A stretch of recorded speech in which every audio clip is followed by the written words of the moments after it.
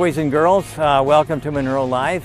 We're out here at Holly Oaks, and you look around, there's a big hill over there, and there's a lot of trails. And first thing we're going to do is go over some logs in back of me. I want to try out, I want to gradually get into this to find out what it'll do. We already had a guy come and stop and warn me about that trail. Apparently it's only 4 feet wide, which is a little wider than what we are, or a little narrower for us. But I have tried stuff like this in the past, and I didn't kill myself. The other thing I was going to do is go into the water, but I just threw a rock in there and it sunk in the mud all by itself. So I don't think I want to walk home today, so we may not try the water. I don't think I got the right wheels on this, or tires on here anyway. So anyways, sit back, relax, and let's see what we can do here with our Rivian.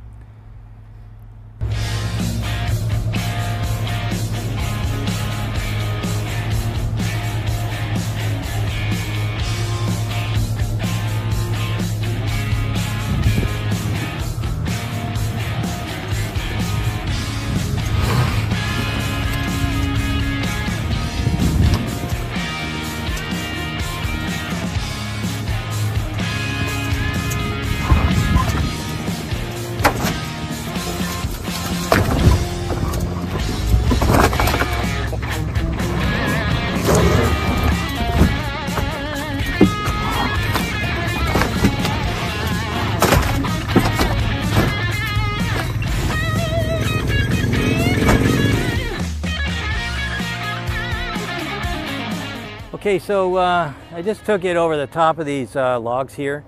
This is kind of one of the things that I would have done in the when we were working for Land Rover. And I took one of these using a disco, and then another one using a Defender a long time ago. And I thought it handled pretty good. It did. This is really a tough log course. We did some damage here, but nothing that couldn't be repaired.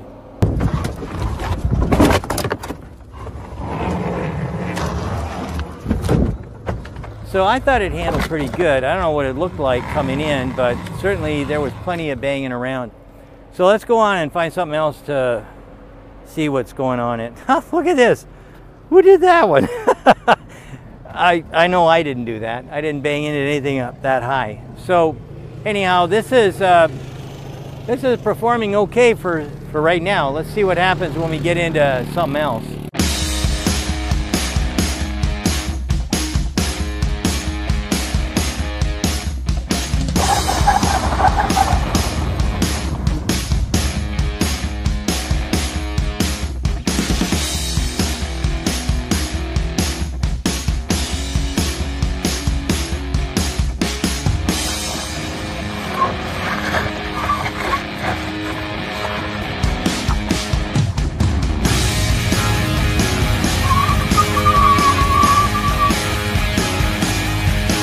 Beat those guys, didn't I?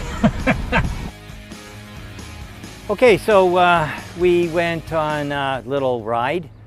Now, I took the Camel Trophy training that was completed in England by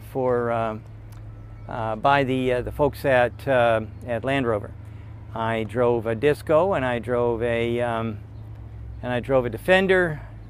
And as most of you know, I used to like off-roading a lot. I went a lot. I had a Rubicon. I had several Rubicons, and I've pretty much done everything that you can think of. I will tell you right now, no vehicle I've had can compare to the Rivian. None. I can tell you for sure that I have ruined a few bits and pieces in my Rubicons over the years, and although I've never done it, I have seen people flip cars in situations, especially when I was doing the Camel Trophy training. I saw a guy take a brand new Range Rover and go up one of the hills, and he hit a big rock at the same time, lost control, lost his mind, and the car rolled down that hill. Totally destroyed it. He didn't care. He had fun. He went and bought another. If you're an off-roader, that's kind of like the way you are. This, I feel very comfortable in. You'll see in some of the videos that there was a bunch of Jeeps that are geared for off-road. They're not street legal, and we were passing them. I was going anywhere that they could go, and I did it faster and easier, and at the end of the day, all we got was sneers. And as a Jeep owner in the past, I would have probably done about the same thing. I didn't like to be shown up. This thing basically shows up everybody. This is a really, really good off-roading vehicle. I like the fact that I've got constant torque.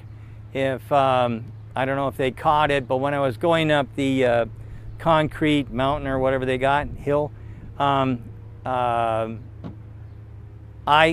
got nervous a little bit. I thought maybe I should just give it a little more gas, because that's what you do when you're when you're in a conventional gas vehicle. I hit the accelerator and I got scratch. Okay, I left marks on the wall, basically from speeding up. That doesn't happen as a rule when you're doing this kind of stuff. And I noticed that the track that I took, most of the other Jeep guys didn't go there. We also made a mistake and went down, I don't know how we got there, but we were on one of the trails that's reserved only for quads and motorcycles. And although it was a bit tight, and you'll probably hear me scraping up against things if they decide to put that in, but at the end, and people waved at me telling me, first off, I was going the wrong way, and secondly, I was on a quad trail, not a car or a truck trail. So I had no problems with anything, nothing, zero. I was worried about sand because the tires don't have paddles, but you know what? No problem. I went through a little bit of water which had mud underneath, no problem. I went over rocks, I went over boulders, which I didn't think I could do. I went over logs. I think that one was captured. Yeah, we've done it all. And some of the stuff's quite steep. I would say the one thing that I went up certainly was at 60 plus degrees. That's pretty straight up. 30 degrees off 90 is usually going pretty good. I had no problems. This was a very, very enjoyable ride. I felt uber comfortable the whole time. I like the fact that I can get it up high quickly, and I like the fact that I was on the rock crawl most of the time through here. So yeah, everything worked out great. Hey everybody, it's Corey with Monroe Live. Today I'm going to run you through the aftermath of Sandy's off-roading adventure. Now the first thing I want to cover is we received this vehicle on the second-hand market, so we were not able to choose the tires. These had the lower profile Pirellis. Sandy's did have the more aggressive, whatever they are, Goodyear Duratrex. But the off-road park we were taking it to, we knew it wasn't too treacherous, so I know a lot of people are commenting, hey, you should have had the off-road tires. This is kind of the hand we were dealt, so we took it on its adventure. So now I want to focus on the damage that was done, and it's surprisingly few and far between. Eric, if you want to zoom in right here, there's a real nice scrape or scratch right here on the departure angle, but everything held up pretty well. All the major fastener points and clips are still intact. I really like this hitch. This is the first time I've seen the hitch. It has large pieces of metal on both sides and the bottom. Oftentimes you'll see this square tube just welded on the top, hanging out on the bottom side. As we move under the car, one thing I was really worried about was whether there was going to be any damage on these lines right here that go to, I think, the was this the stabilizer system? I don't even know. But notice that there's no real damage on these wire lines. Many other vehicles, these may not be as heavy duty, so they really invested here.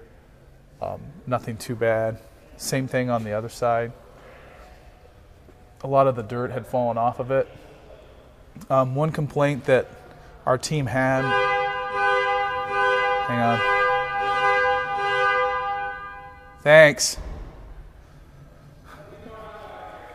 One complaint that our team had was that the wheels were kind of vibrating on the drive back from the off-road park. Well, until we get this thing completely washed, we're not going to rule out the dirt or mud causing an imbalance, but we need to make sure that nothing is dented. The one piece of trim that was hanging off was right here. So this is as is. This was only snapped in place, so there are these relatively aggressive snaps. They have a decent length on them, but still this was pulled off during the excursion. I do believe we have to remove these panels right here to do the lifting. So these panels did remain intact. There is this large plate up here, no dents, no major damage, and there was a large impact right here on the right front. I do notice there looks to be a little bit of maybe play here or a missing screw. But I have to talk to the team to see if anything happened. But nothing too exciting here. We took this thing through its paces. You will have watched the video. And all the fit, finish, alignment, I think it handled it pretty well. A lot of people were worried that we did some damage, but I don't see any issues. And most of the vibration that our team's feeling is probably an imbalance of the mud that's caked up on these wheels. So we'll have to get this thing cleaned up and go from there. Unfortunately, I could not be at the off-roading extravaganza. I was at a wedding in Cleveland. Really disappointed I missed it. But Sandy is actually in California right now. He's doing a speech in San Diego, and him and I will be at an event in San Francisco on Wednesday. So if you're in California and you want to meet up with Sandy and I, feel free and give us a shout out. Although I don't know if this video will come out.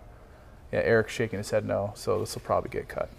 But all right, so I want to thank everybody for watching. This is just so everyone could see what it looks like underneath. I know everybody thought Sandy was taking it a little fast. He did do the Camel Trophy training, it seems like probably 30 or 40 years ago for, I think, Land Rover. So he does have some off-roading experience, but he's not been a Jeep off-roader per se for the past 2 decades. So he did take it through some of the areas at a quite aggressive pace, and you can see by some of the damage on the skid plates. But the way Sandy drives cars that are intended to be off-roaded, they're not treated like a Ferrari. This thing was built with that capability in mind, and it's better to see a vehicle be used to its intended capability than treated like a show car. So quite impressive capability, and there'll be more coming from us. One other thing, there is these little aero hubcaps. I believe this popped off. These can pop in and out very easily. If I had to take this off-roading again, I might pop these out altogether. These are intended for high-speed aero. All right, now that we dropped it off the hoist, I've had a chance to walk around and check out some of the post off-road damage. The first thing I noticed was this front trim piece had popped loose in the carnage, probably during Sandy's log test. And I remember people saying that it hit real hard right here. So underneath the vehicle, I didn't see any obvious damage or scratches, but then it took me walking around this side to notice that the fascia has popped out from the trim by about a ½ inch up at the top, right here. And then down here, this fascia piece is actually deformed. It almost looks like there's some deformation that happened underneath here. We'll have to see when we get this all cleaned up if we can actually get it to snap back in place. But right now, that big hit that it took while going over the logs did this damage right here. I also noticed a nice scratch starting here all the way up to there. I don't remember seeing Sandy hit anything. This could have been a log flying up. Do you know what that's from? I do not know. Yeah. And we'll have to check what the fit and finish looked like before we took it off-roading. But the gap here looks, the gap and flushness look a little off right here. And going down, the seal's almost sticking out.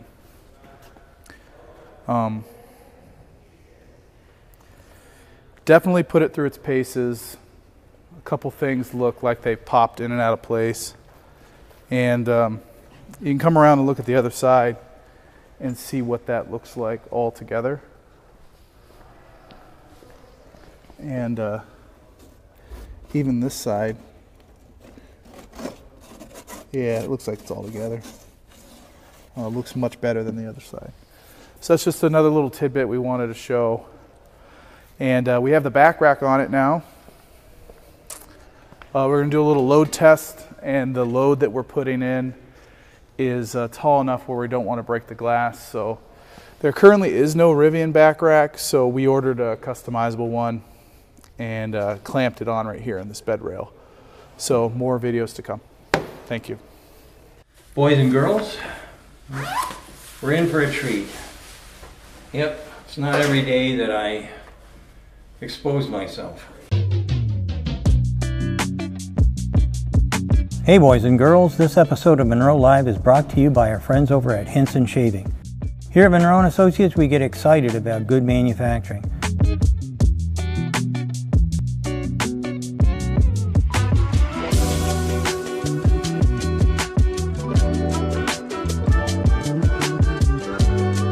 The razor itself is made in Canada at an aerospace machine shop. The advanced machining allows the razor to be produced with incredibly tight tolerances. Those tolerances really matter when the blade exposure is so small. This very small amount of blade exposure eliminates cuts, nicks, and irritation. I really like the built-in channels. It's easy to clean with a quick rinse under the tap. The blades themselves are recyclable and only cost about $0.10. You can buy them from Henson, or you can get them many other places online. Turns out the blade wasn't the issue, it's how you support it that really counts.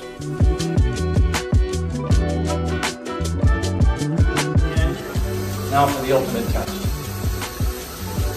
The ultimate test for any guy that's trying to shave is what his wife or girlfriend thinks. So I have my lovely volunteer. This is my wife Susan. Okay, so now, what do you Let's think? see. Wait a minute. Oh, 40 grit to like 400 grit. 400 grit. Nice. Yeah, yeah. There we go. Kissing smooth. There we are. And now Very you have good. it. Everything is good. Except I got soap in my eyes. Hey everybody, here we are with the Rivian R1T. Sandy and the team just got done beating the living crap out of it on their off-roading day at Holly Oaks. Now we're taking some inspiration from one of my favorite YouTube channels, Whistling Diesel. So he famously did a durability test on a Toyota Hilux. I believe it was like a late 80s Toyota Hilux. And when he was testing the capability of the payload, he used an entire pallet of cinder blocks. So in honor of that amazing video that he did, we got an entire pallet of cinder blocks. This was easily carried from Home Depot or Menards or wherever we bought it in our 2500 work truck. Monroe has a big 2500 diesel truck. It's over there. Now we're going to take it and put it in the bed of this. We installed a headache rack just in case. although these are nicely wrapped in cellophane, this was, you know, crudely rigged to this inside channel just in case. I believe the actual payload of this Rivian is somewhere in the 12 to 1,500 pound range. This is about double that at 2,960 pounds. So we're gonna go ahead and drop this in. But before we do, I wanna see how much it squats and if it adjusts with the air suspension. So I wanna go to the center of the wheel well right here to this edge trim piece. And I'm seeing about 4.5 inches between the top of the tire and that trim piece. So as this gets dropped on, we'll see how far it drops, and then we'll go from there. Let's see.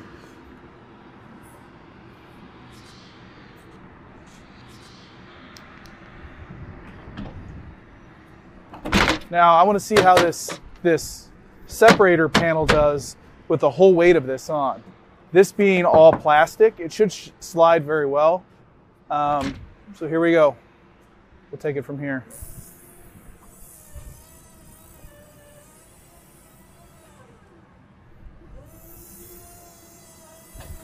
Oh.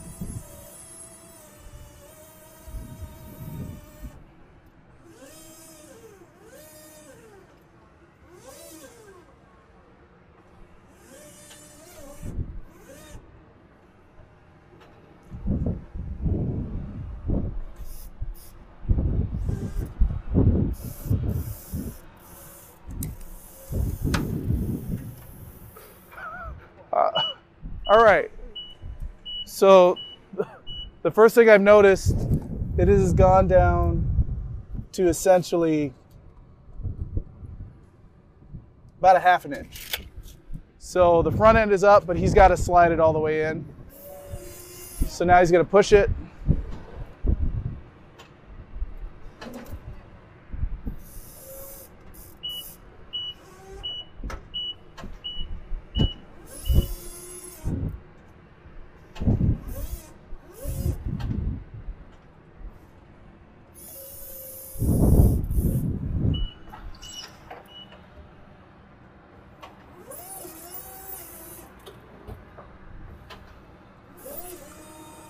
Oh!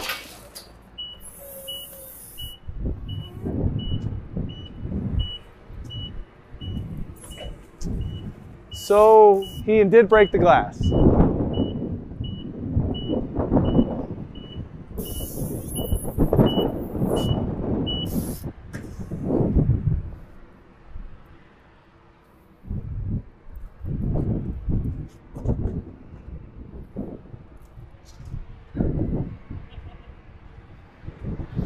All right. Well, we were going to tear this down anyways. Let's see if we can close the bed. And let's see the clearance here.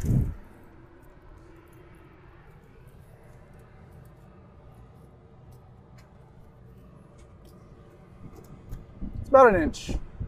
So I'm really disappointed the glass broke without us actually doing anything. The ironic thing is, putting the back rack on was the reason why the glass broke. So, great job. Well, we have the 3,000 pounds of cinder blocks in the back. It's squatting pretty crazy, and I'm going to take it for a drive around the building. But now that the back glass is shattered because of our forklift driver, I'm just going to see how it handles with this load in there. So I have the vehicle set in all-purpose mode. All-purpose mode puts it on high setting, which is 13.1 inches of ride height. We were measuring the distance between the top of the wheel well, which isn't really truly a ride height. But here we go. We're going to take it for a little drive around the block.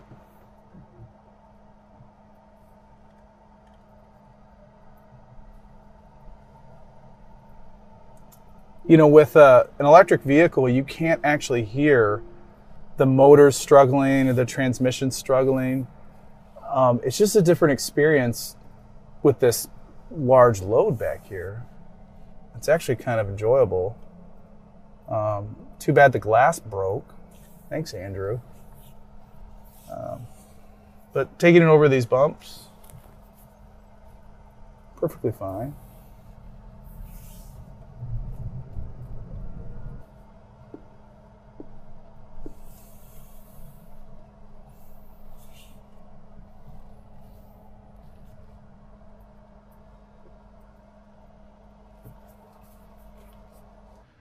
Well, look at this.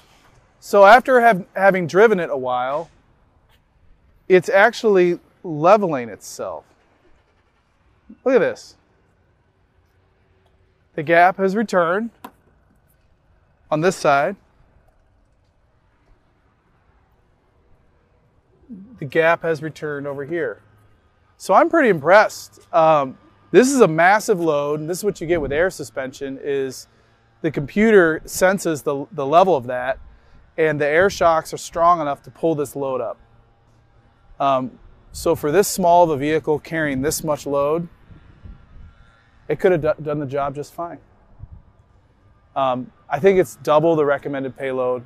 Like I said, I don't remember off the top of my head, but I know this is way higher than it's supposed to go in the bed. Thanks for tuning in to Monroe Live.